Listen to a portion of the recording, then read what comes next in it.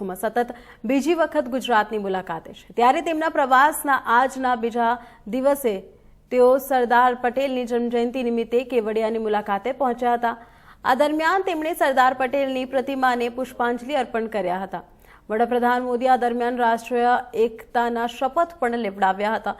તેમણે કહ્યું કે હું શપથ લઉં છું રાષ્ટ્રની એકતા, અખંડિતતા અને સુરક્ષા જણાવવા હું મારી જાતને સમર્પિત કરીશ અને મારા દેશવાસીઓ સુધી આ સંદેશ પહોંચાડવા શ્રેષ્ઠ પ્રયાસો કરીશ। હું દેશની એકતાની ભાવનાથી શપથ લઈ રહ્યો છું જે સરદાર પટેલની દૂરદર્શી અનેક કાર્યોથી શક્ય બન્યું। હું દેશની આંતરિક સુરક્ષા સુનિશ્ચિત કરવા માટે મારા હિસ્સાનું યોગદાન આપવાનો પણ સંકલ્પ કરું છું। વડાપ્રધાન મોદી સરદાર પટેલને પુષ્પાંજલિ કર્યા બાદ યુનિટી પરેડમાં હાજરી આપવા પહોંચ્યા હતા। આ પરેડમાં 9 રાજ્યો અને એક કેન્દ્રશાસિત પ્રદેશની પોલીસની 16 માર્ચિંગ ટુકડીઓ, 4 કેન્દ્રશાસિત સશસ્ત્ર પોલીસ દળો, એનસીસી અને માર્ચિંગ બેન્ડે ભાગ લીધો હતો। એકતાનગર કેવડિયા ખાતે આયોજિત આ પરેડમાં જવાનો દ્વારા અનેક કરતબ રજૂ કરવામાં આવ્યા હતા। एकता नगर का ये विहंगम दृश्य और यहां हुई शानदार परफॉर्मेंसेस, ये मिनी इंडिया की झलक, सब कुछ कितना अद्भुत है, कितना प्रेरक है। 15 अगस्त और 26 जनवरी की तरह ही 31 अक्टूबर को होने वाला ये आयोजन पूरे देश को नई ऊर्जा से भर देता है। मैं राष्ट्रीय एकता दिवस पर सभी देशवासियों को बहुत बहुत बधाई देता हूं।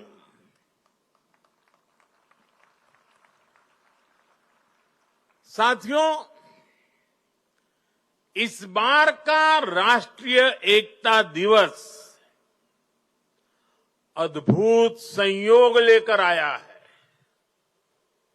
एक तरफ आज हम एकता का उत्सव मना रहे हैं, वहीं दूसरी तरफ दीपावली का भी पावन पर्व है। दीपावली दीपों के माध्यम से पूरे देश को जोड़ती है, पूरे देश को प्रकाशमय कर देती है।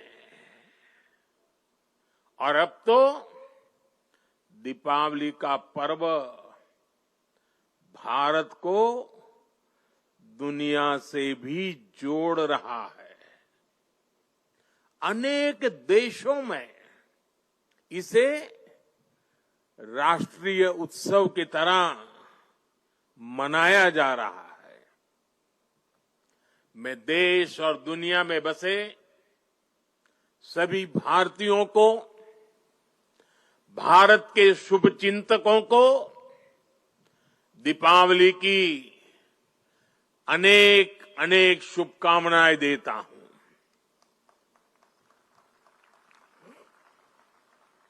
साथियों, इस बार का एकता दिवस एक और वजह से भी विशेष है।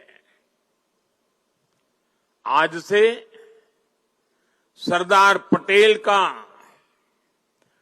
150वां जन्म जयंती वर्ष शुरू हो रहा है। आने वाले 2 वर्षों तक देश सरदार पटेल की 150वीं जन्म जयंती का उत्सव मनाएगा। ये भारत के प्रति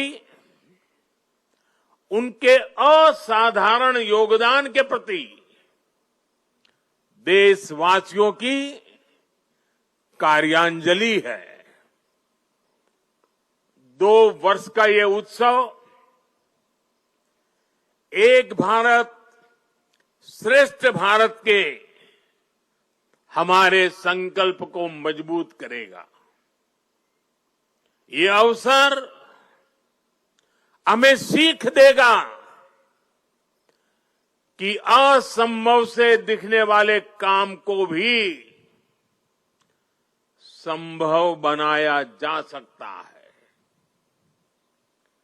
जब भारत को आजादी मिली थी तो दुनिया में कुछ लोग थे जो भारत के बिखरने का आकलन कर रहे थे, और अभी हमने सरदार साहब की वाणी में उसका विस्तार से बयान सुना।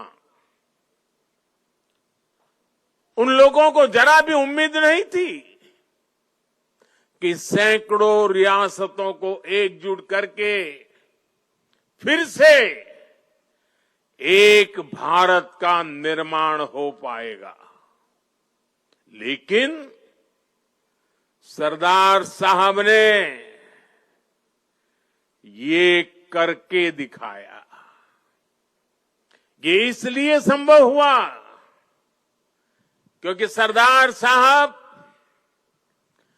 व्यवहार में यथार्थवादी, संकल्प में सत्यवादी, कार्य में मानवतावादी और ध्येय में राष्ट्रवादी थे।